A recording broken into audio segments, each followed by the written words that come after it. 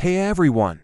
Today we're diving into a really intense topic, the crackdown on online scams in Myanmar. It's a situation that's been evolving, especially after the coup in 2021, and it's not just about scams. It's about people's lives, rights, and the broader implications of this crisis, so let's unpack this together. Since the military coup in Myanmar back in 2021, the political landscape has been, super chaotic. We've seen this disturbing rise in online scams, and it's become a major issue. Scammers are exploiting not just the internet, but also the vulnerabilities of people caught in this turmoil. It's really heartbreaking when you think about it.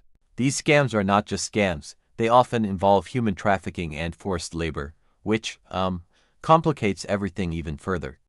Recently, the military junta announced that they'd be deporting individuals involved in these scams. And, wow, that's a big decision, right? There are statistics flying around, indicating the nationalities of those being deported, and, it's a mixed bag. Neighboring countries are being called to action too, which raises a lot of questions about regional cooperation. How do these nations work together when the situation is so fraught?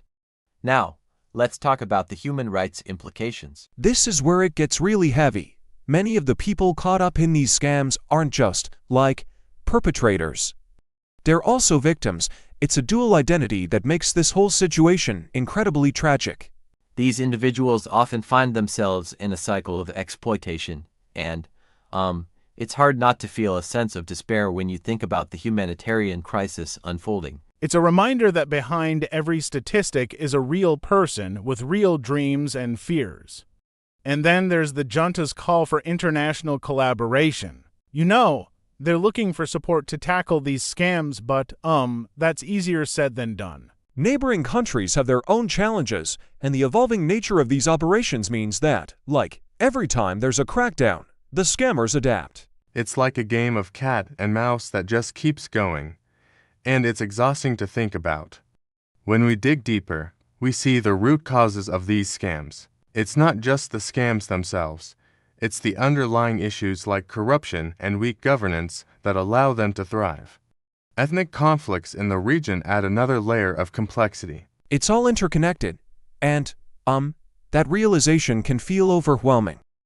But it also pushes us to reflect on what can be done. How do we create a safer environment for everyone involved? As we wrap this up, it's important to reflect on what we've learned. Engaging in self-talk about complex issues like this is essential. It allows us to, process our feelings and thoughts. I found that, even in the midst of this crisis, there is a small glimmer of hope. It's in the conversations that are happening, in the awareness being raised. Each of us has the power to contribute to change, even in small ways. So, I want to encourage you all to engage in informed discussions about these issues.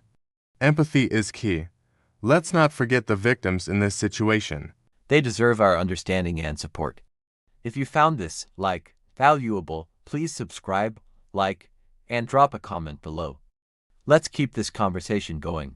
Thanks for tuning in, and remember, it's okay to feel overwhelmed. Acknowledging that is the first step toward understanding and action.